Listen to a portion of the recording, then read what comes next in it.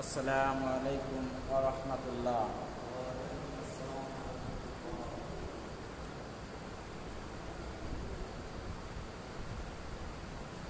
নাহমাদুহু ওয়া নাস্তাঈনুহু ওয়া নাস্তাগফিরুহু ওয়া নাউযু বিল্লাহি মিন শুরুরি আনফুসিনা মান ইয়াহদিহিল্লাহু ফালা মুদিল্লা লাহু ওয়া মান ইদ্লিলহু ফালা হাদিয়া লাহু ونشهد أن لا إله إلا الله وحده لا شريك له ونشهد أن محمدا عبده ورسوله وقال تعالى في شأن حبيبه إن الله وملائكته يصلون على النبي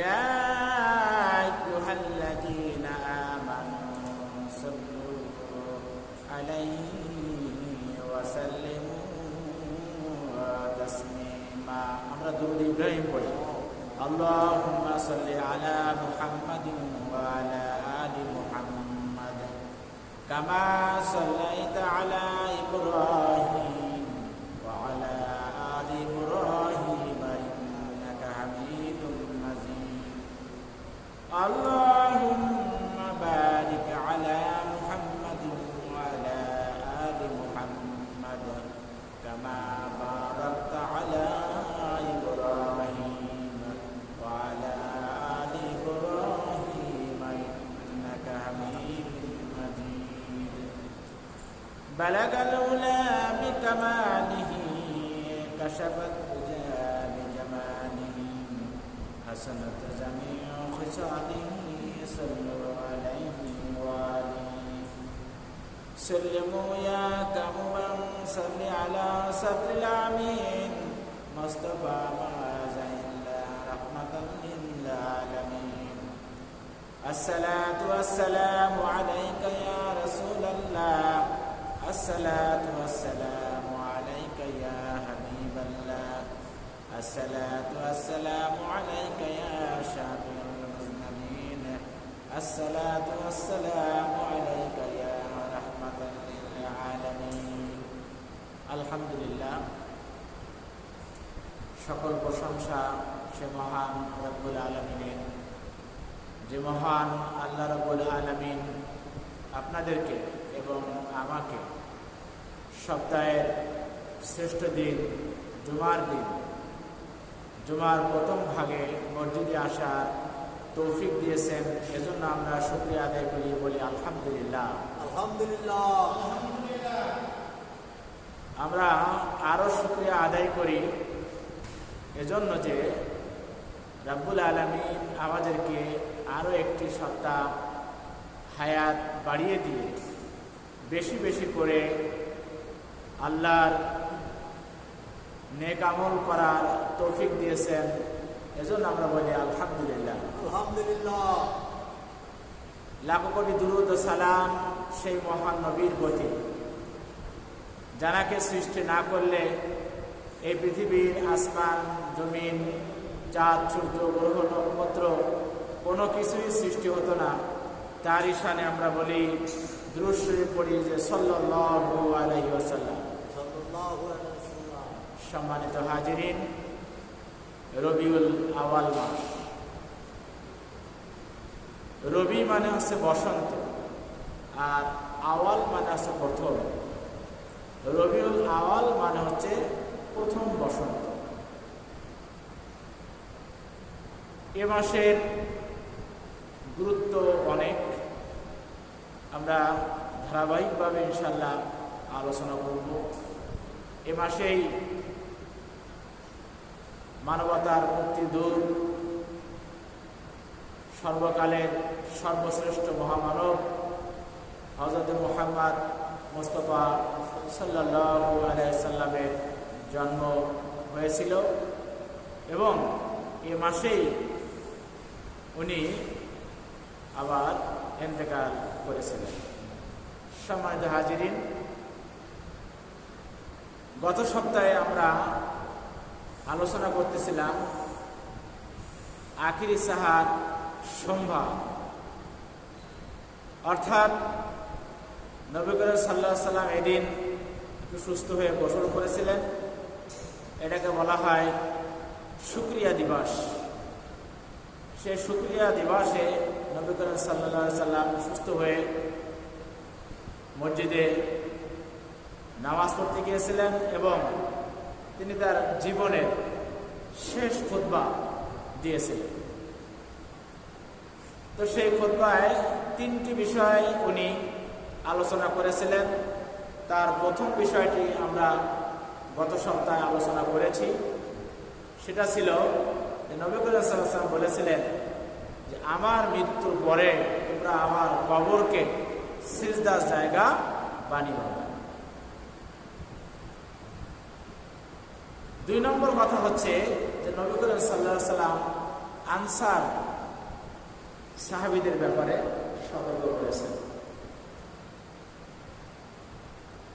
তো এটা যেহেতু আমাদের এই এলাকায় নাই বা আমাদের দেশে নাই, এ সম্পর্কে আমাদের আলোচনা বেশি করারও প্রয়োজন নাই। তারপর আমাদের এটুকু জেনে রাখতে হবে যে আল্লাহ রসুল আনসার সাহাবীদের ব্যাপারে তাদের সাহায্য সহযোগিতা বা তাদের দিকে খেয়াল রাখতে বলেছেন। এবং 3 নম্বর উনি যে কথাটা বলেছেন সেই কথাটি উনি মৃত্যুর সময়ও বলেছেন। যখন আজরাইল আলাইহিস সালাম তার রূহের কবজের জন্য এসেছিলেন, তিনি কিন্তু ওই সময় বলেননি, ফাতেমার কথা বলেননি, হযরত আলী রাদিয়াল্লাহু তাআলা আনহুর কথা বলেননি। তিনি ওই সময় বলেছিলেন যে আসসালাত আসসালাত আসসালাত, মানে নামাজ নামাজ এবং নামাজ।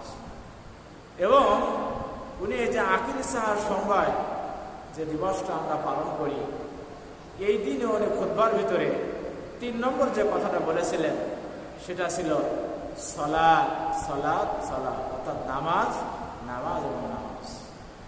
তো আজকে আমরা এই নামাজ সম্পর্কে সংক্ষিপ্তভাবে আলোচনা করার চেষ্টা করব ইনশাআল্লাহ। সম্মানিত হাজিরিন, তো প্রথমেই আমরা জানব যে নামাজ হচ্ছে আরবিতে বলা হয় সলাত। এই সলাত অর্থটা কি, এটা আমরা প্রথমে জানব।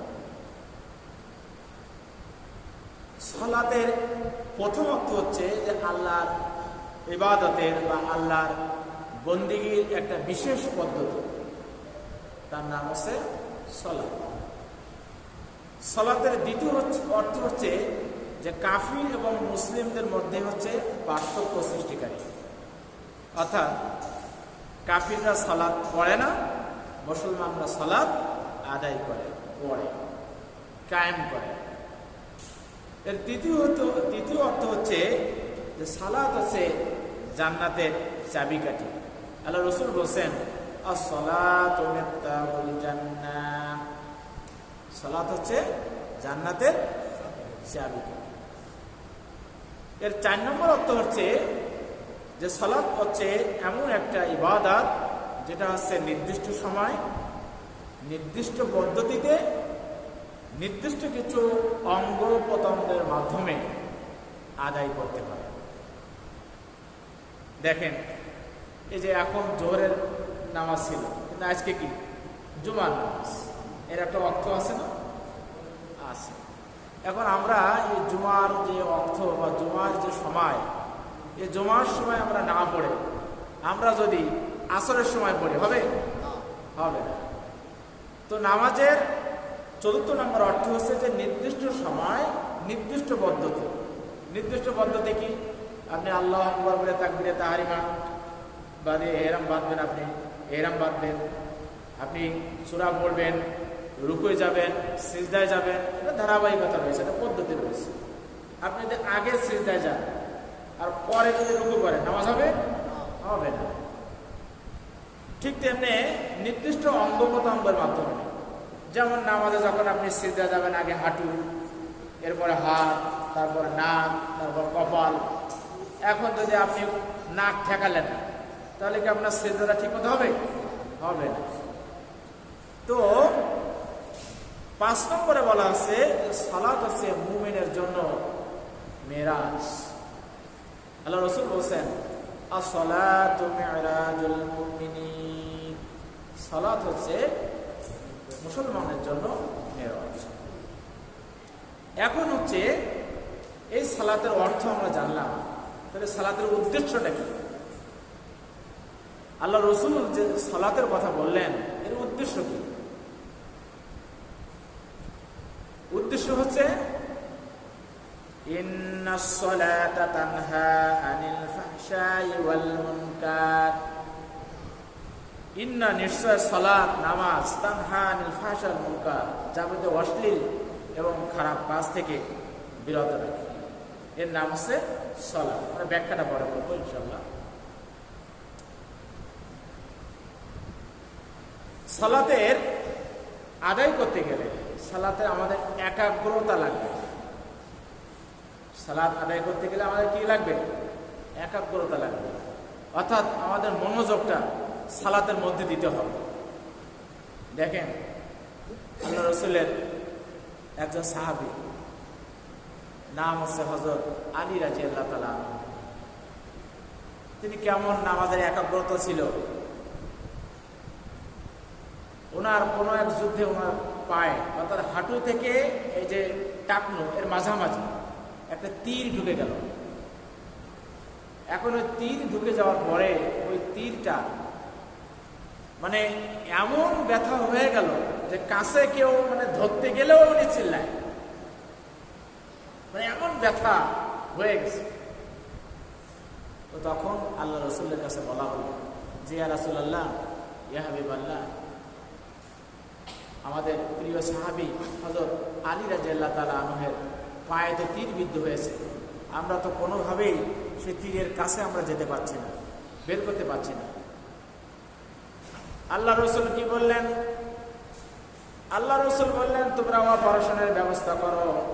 সে যুগে তো অপারেশন থিয়েটার ছিল না, তো কিভাবে অপারেশন করবে? আল্লাহ রাসূল বললেন হযরত আলী রাদিয়াল্লাহু তাআলা আনহু যখন নামাজে দাঁড়াবে, নামাজে দাঁড়ানোর পরে তোমরা অপারেশন শুরু করে দিবা। হযরত আলী রাদিয়াল্লাহু তাআলা নামাজে দাঁড়ালেন, রাসূলুল্লাহ সাল্লাল্লাহু আলাইহি ওয়াসাল্লাম নামাজে দাঁড়ালেন। হযরত হুযায়ফা রাদিয়াল্লাহু তাআলা আনহুকে বললেন, হুযায়ফা, এবং আরেকজন সাহাবীকে বললেন যে তোমরা দুইজন নামাজে দাঁড়াবে না। হযরত আলী রাদিয়াল্লাহু তাআলা আনহু যখন নামাজের ভিতরে গভীর মনোযোগের ভিতরে চলে যাবেন, যখন নামাজের মধ্যে ঢুকে যাবেন, তখন তোমরা অপারেশন শুরু করে দিবা। আলী রাদিয়াল্লাহু তাআলা নামাজে দাঁড়িয়ে গেল। নামাজে দাঁড়ানোর কিছুক্ষণ পর সাহাবীরা ওই তীর যখন বের করতে গেল, তীর যখন টান দেয়, তখন আলী রাদিয়াল্লাহু তাআলা সরে আসে, কিন্তু তীর বের করতে পারে না। আবার ছেড়ে দেয়, আলী রাদিয়াল্লাহু তাআলার সামনে চলে যায়। তো এরকম অবস্থা করতে থাকলে আলী রাদিয়াল্লাহু তাআলা ওই হুযায়ফা রাদিয়াল্লাহু তাআলা কি করলেন? আলী রাদিয়াল্লাহু তাআলা পায়ের উপরে পাড়া দিলেন। পাড়া দিয়ে তীরটা এমন শক্তি দিয়ে বের করে আনলেন, তীরের সাথে সাথে এক টুকরা মাংস বের হয়ে আসছে। সুবহানাল্লাহ। কিন্তু আলী রাদিয়াল্লাহু তাআলা কিছুই টের পেলেন। এটা আল্লাহর ইচ্ছা। এটা কি আল্লাহর ইচ্ছা? মানে হযরত মুহাম্মদ সাল্লাল্লাহু আলাইহি ওয়াসাল্লাম বলছে যে নামাজে দাঁড়ালে তোমরা বের করবে, তাহলে হযরত মুহাম্মদ সাল্লাল্লাহু আলাইহি ওয়াসাল্লামের দোয়াও তো আছে। তীর বের করলো, তীর বের করার পরে টের পেলেন না। আরেকজন সাহাবীর কথা শোনেন, নাম তার তালহা রাদিয়াল্লাহু তাআলা আনহু। তালহা রাদিয়াল্লাহু তাআলা আনহু যখন নামাজে দাঁড়ালেন, ওনার বাড়িটা ছিল পাহাড়ি এলাকা। তো পাহাড়ি এলাকায় উনি যখন নামাজে দাঁড়ালেন, ওনার বাচ্চাটা উঠানে খেলা করতেছিল। এমতো অবস্থায় পাহাড়ি একটা সাপ এসে ওই বাচ্চাটাকে জড়িয়ে ধরলো। জড়িয়ে ধরার পরে সেখানে অনেক লোকজন সমাগম হলো। লোকজন অনেক চিল্লাচিল্লি শুরু করে দিল।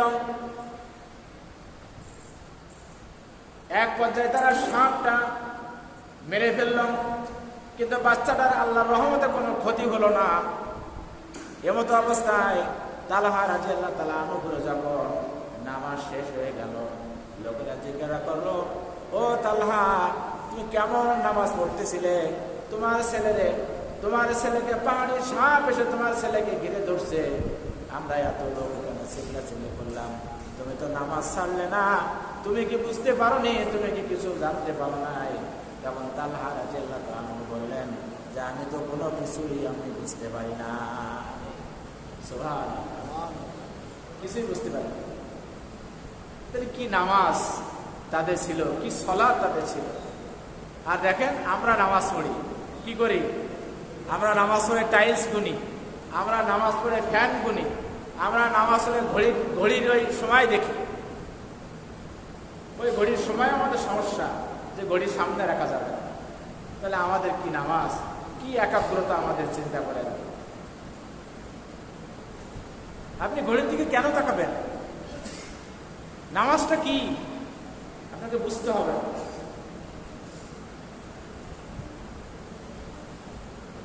আমাদের পবিত্র কুরআন শরীফের যতগুলো বিধান রয়েছে, কতগুলো বিধান রয়েছে?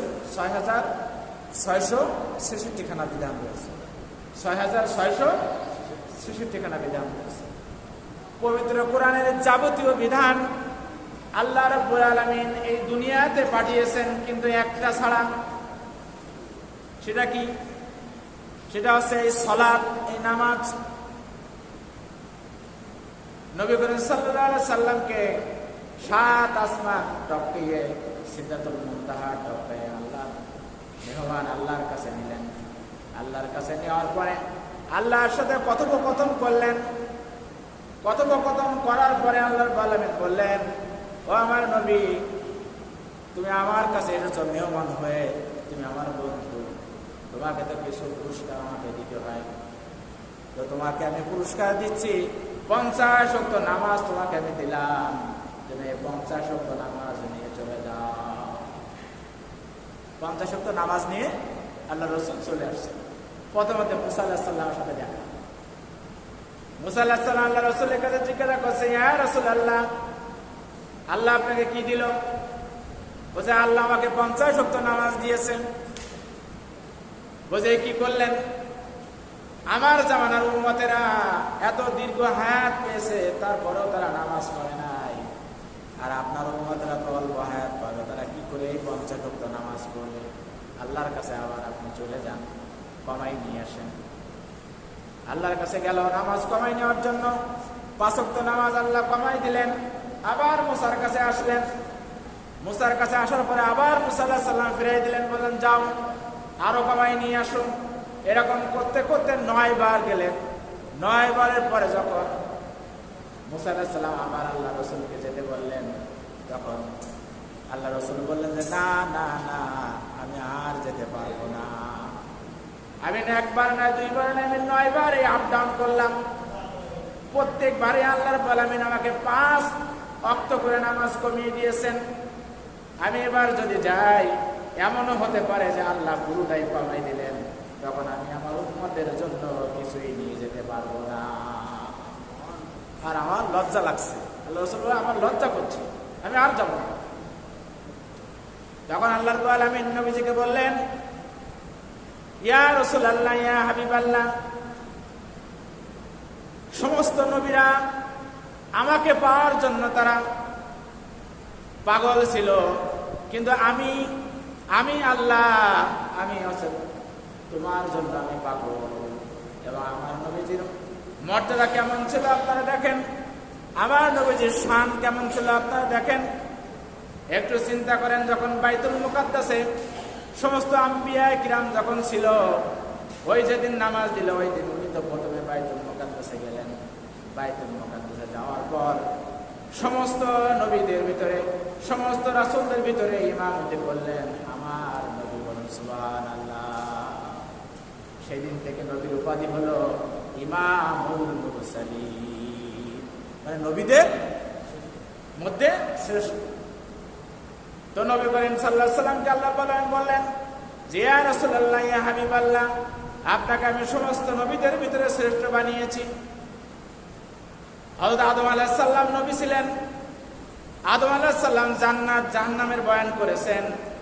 আমি আল্লাহ আদম আলাইহিস সালামকে জান্নাত জাহান্নামকে দেখাই নাই। ইব্রাহিম আলাইহিস সালামও জান্নাত জাহান্নামের বয়ান করেছেন, নূহ আলাইহিস সালামও বয়ান করেছেন, এমনি করে ঈসা আলাইহিস সালামও বয়ান করেছে। কিন্তু এমন কোন নবীকে আমি জান্নাত এবং জাহান্নামকে আমি সরাসরি দেখাই নাই। আমি আল্লাহ তোমাকে, তুমি আমার বন্ধু, তুমি আমার দোস্ত, তোমাকে আমি জান্নাত এবং জাহান্নামকে আমি সরাসরি দেখিয়ে দিয়েছি। সুবহানাল্লাহ। তখন আল্লাহ রাব্বুল আলামিন বললেন যে আমি নামাজ কমিয়ে দিলাম, নামাজ আমি কমিয়ে দিলাম, অর্থ কমিয়ে দিলাম, কিন্তু আমি মর্যাদা বা সম্মান কমাবো না।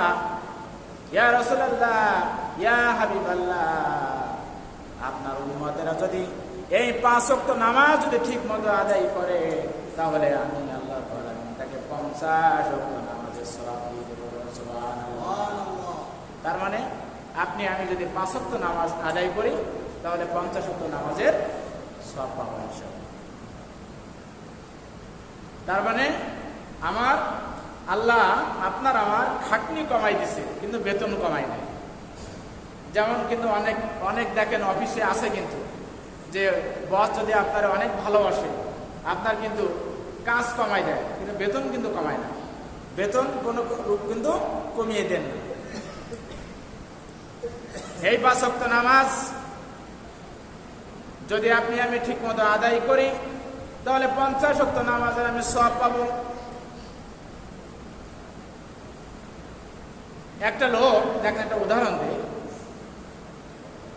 যে একটা লোক ধরুন বন্যা হলে সবার আগে গম দেয়, শীতকালে কম্বল দেয়, বা যে কোনো বিপদে সে হচ্ছে আগে এগিয়ে যায়। কিন্তু তারা যদি বলা হয়, নামাজের দাওয়াত দেওয়া হয়, যদি নামাজ পড়তে আসতে বলা হয়, তখন সে নামাজ পড়ে। কিন্তু অন্যান্য লোক বলে যে না, লোকটা খুব ভালো, লোকটা খুব ভালো, শুধু নামাজ পড়ে। দেখেন একটা উদাহরণ দিই আমি, একটা উদাহরণ দিলে আপনাদের বুঝতে সুবিধা হবে। একটা ছেলে, সে থাকে বিদেশ। এখন তার আম্মাকে ফোন দিয়ে বলছে যে আম্মা, আমি 2 মাসের ছুটিতে আমি বাড়িতে আসতেছি, আমার জন্য মেয়ে দেখো, আমি বিবাহ করব। এখন তার আম্মা তার আব্বার সাথে আলাপ করলো, আলাপ করলে চারিদিকে ঘটক লাগিয়ে দিল যেন তাড়াতাড়ি একটা ভালো মেয়ে পাওয়া যায় এজন্য। এখন এক ঘটক একটা মেয়ে পেয়েছে, মেয়ে পেয়ে এসে মেয়ে দেখাচ্ছে, বসে দেখেন এই মেয়ে, এ হচ্ছে ঢাকা ভার্সিটির একজন শ্রেষ্ঠ ছাত্রী। এ দেখেন, মানে ছবিতে দেখাচ্ছে, দেখেন চুল চুল কত গোড়ালি পর্যন্ত চলে গেছে। দেখেন চোখটা, দেখেন চোখটা হরিণের মতো টানা টানা।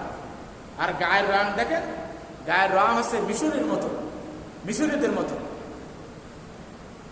এর বাপের অনেক টাকা পয়সা আছে, মেয়ে রান্না বান্নাও ভালো করতে পারে, কিন্তু কিন্তু বলে থেমে গেছে। তখন ছেলের বাপ বলছে কিন্তু কি? তখন বলছে কিন্তু আর শোনার দরকার নেই, আরে এত গুণের মধ্যে আর কিন্তু শোনার দরকার আছে? তো বলছে না, ওই কিন্তুটাই আমার শোনা লাগবে। কিন্তু মানে কি? তো বলছে কিন্তু মানে হচ্ছে মেয়েটা রাতের বেলায় যে কোথায় যায় খুঁজে পাওয়া যায় না। বলেন তো, এই যে এত গুণ রয়েছে, এই গুণের কোনো দাম থাকলো? কোনো ভালো ছেলে, কোনো ভালো ঘরের ছেলে এ কি বিয়ে করবে যে রাতের বেলায় কোথায় যায় খুঁজে পাওয়া যায় না?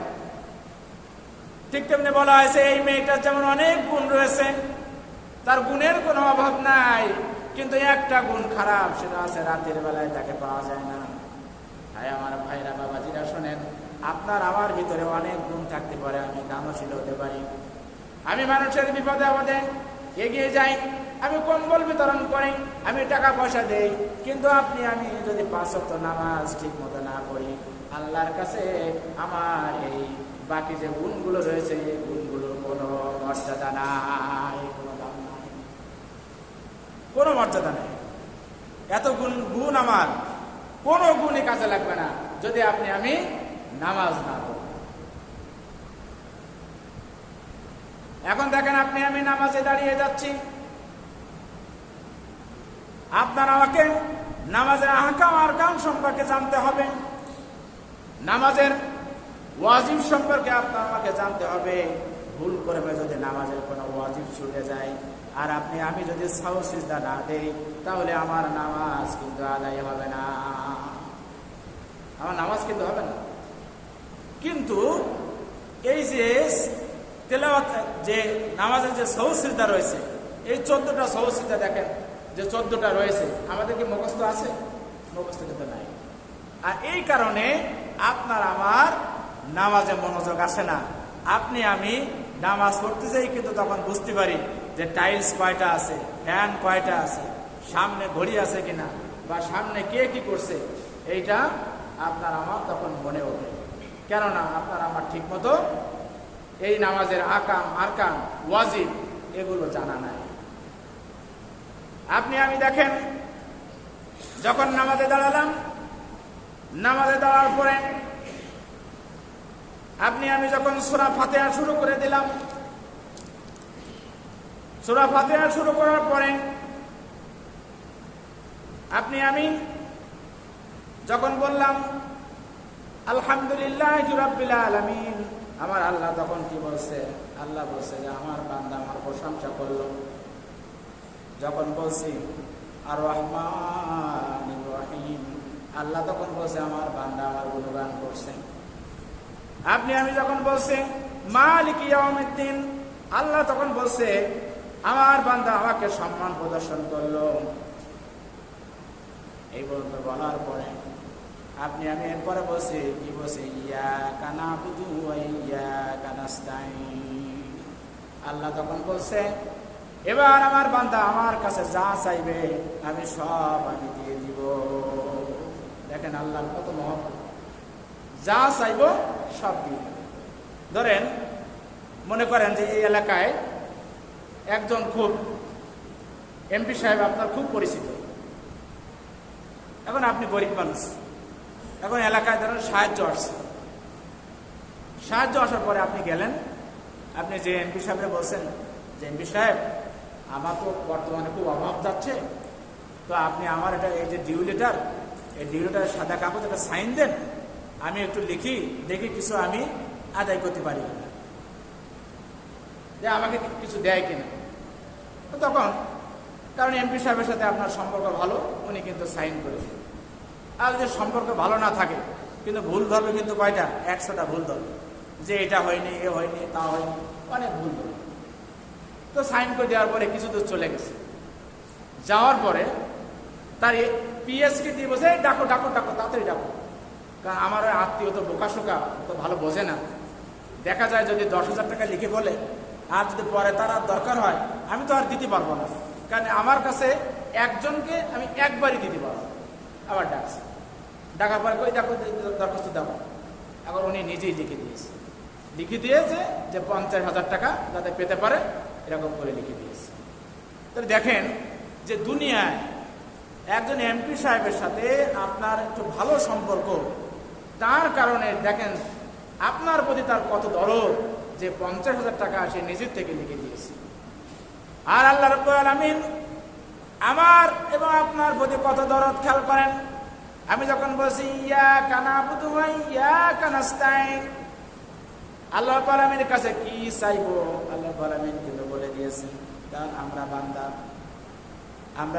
আমাদের কিন্তু আমরা যদি কি চাইবো আল্লাহর কাছে, আমরা গাড়ি চাইবো, বাড়ি চাইবো, আমরা ধন সম্পত্তি চাইবো, টাকা পয়সা চাইবো, মিল ইন্ডাস্ট্রি চাইবো, এ কিন্তু একদিন শেষ হয়ে যেতে পারে।